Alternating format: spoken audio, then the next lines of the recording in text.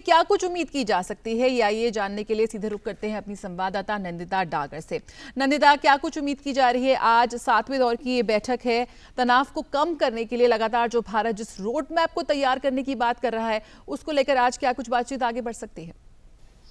जी, good morning Jaya, शुक्रिया।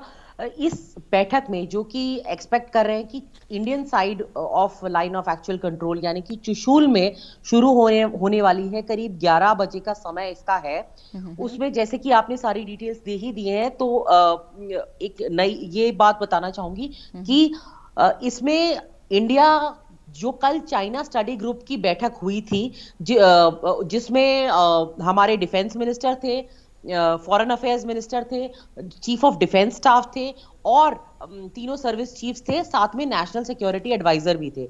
उन्होंने policy decide की थी। वो हाईएस्ट पॉलिसी मेकिंग बॉडी है, यानी कि सबसे ऊंची लेवल जहां पर भारत की चाइना के प्रति पॉलिसी डिसाइड की जाती है। उसमें ये डिसाइड किया गया कि इंडियन आर्मी जो ये टॉक्स कर रही है आज, सातवीं टॉक्स है ये कोर कमांडर और इंडियन कोर कमांडर और चीनी कोर कमांडर के बीच में। उसमें ये प्रेस करेगी कि चीनी सेना यानी कि पीएलए हर फ्रिक्शन पॉइंट से जल्द और एक साथ विड्रॉ करे, मतलब पीछे हट जाए। और इसमें मुख्य होंगे साउथ ऑफ पेंगोंगसो के भी, यानी पेंगोंगसो लेक के दक्षिणी हिस्से में आने वाले चोटियां भी। जैसे कि आप जानते हैं कि अगस्त की 29 और 30 अगस्त की बीच की रात में इंडियन आर्मी ने कहा था कि एक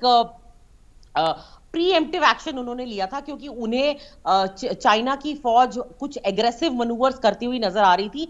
तो मुखपारी, रेजांगला और मगर हिल जैसे टॉप्स उन्होंने ऑक्यूपाई कर लिए थे, जो कि बहुत ही डेयरिंग ऑपरेशन था और इंडिया को काफी उससे एडवांटेज मिली थी, क्योंकि पहाड़ों में जिसके पास भी ऊंचाई होती है, हाइट्स होती है, वही डोमिनेट करता है दुश्मन को। तो इसमें इंडिया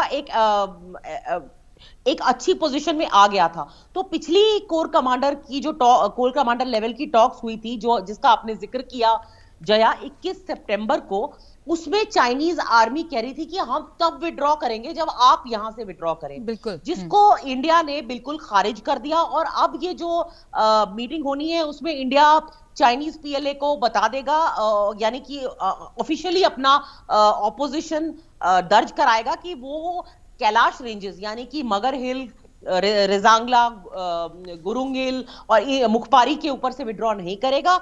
लेकिन नॉर्थ ऑफ पेंगोंगसो यानी कि फिंगर 4 से लेकर फिंगर 8 और घोघरा और हॉट स्प्रिंग्स में, गलवान में चीनी सेना और पीछे हटे। हालांकि मैं ये भी एक बात जोड़ना चाहूंगी जया, कि गलवान में और घोघरा में कुछ हद तक, यानी कि 1 से 1.5 किलोमीटर तक चाइनीज पीएलए पीछे हटी है।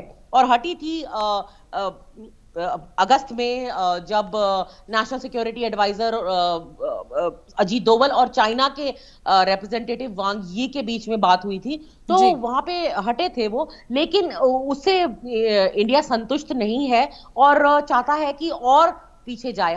बिल्कुल नंदिता, जिस तरह से लगातार भारत ये बात कर रहा है कि जो यथास्थिति जो थी अप्रैल में वो बनाए चीन, लेकिन उसको लेकर भी वो भी मानने को तैयार नहीं है, और इसकी वजह से लगातार जो बैठकें हो रही हैं, आज क्या हम उम्मीद कर सकते हैं कि जो यथास्थिति के लगातार जो भारत की ओर से बातचीत हो रही है वो कायम करने में और उस मुद्दे को आगे बढ़ाने में, उसमें हम किस दिशा में आगे बढ़ेंगे? साथ ही साथ थोड़ा रणनीति में बदलाव यहाँ देख रहे हैं। पिछले हफ्ते हमने भी एमईए से एक जो हमारे संयुक्त सचिव थे उनको शामिल किया था बातचीत में। इस बार खबर आ रही है सूत्रों की, वो भी कुछ एमईए के एक रिप्रेजेंटेटिव को शामिल करेंगे इस पूरी बैठक में। जी, नवीन श्रीवास्तव, जिनका आपने अपने अभी ये जो एंकर लिंक था उसमें जिक्र किया, नवीन श्रीवास्तव पिछली मीटिंग में, यानी कि जो 21 सितंबर को कोर कमांडर्स की मीटिंग हुई थी, उसमें भी शामिल हुए थे।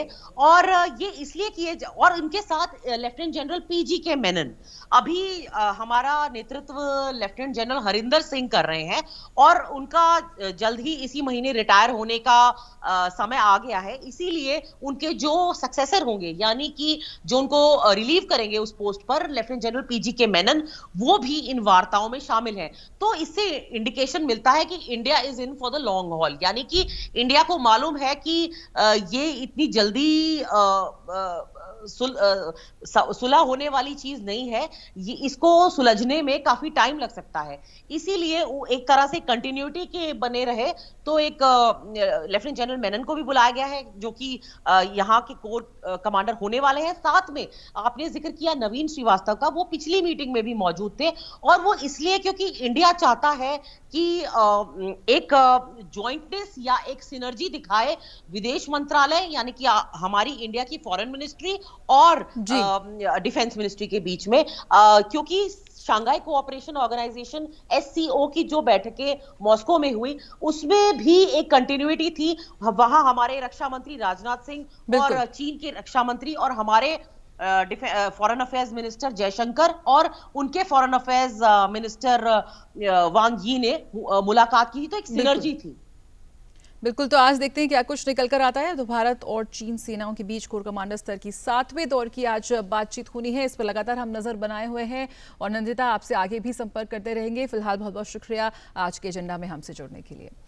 और खबरों में यहाँ पर आगे बढ़ेंगे, बात करेंगे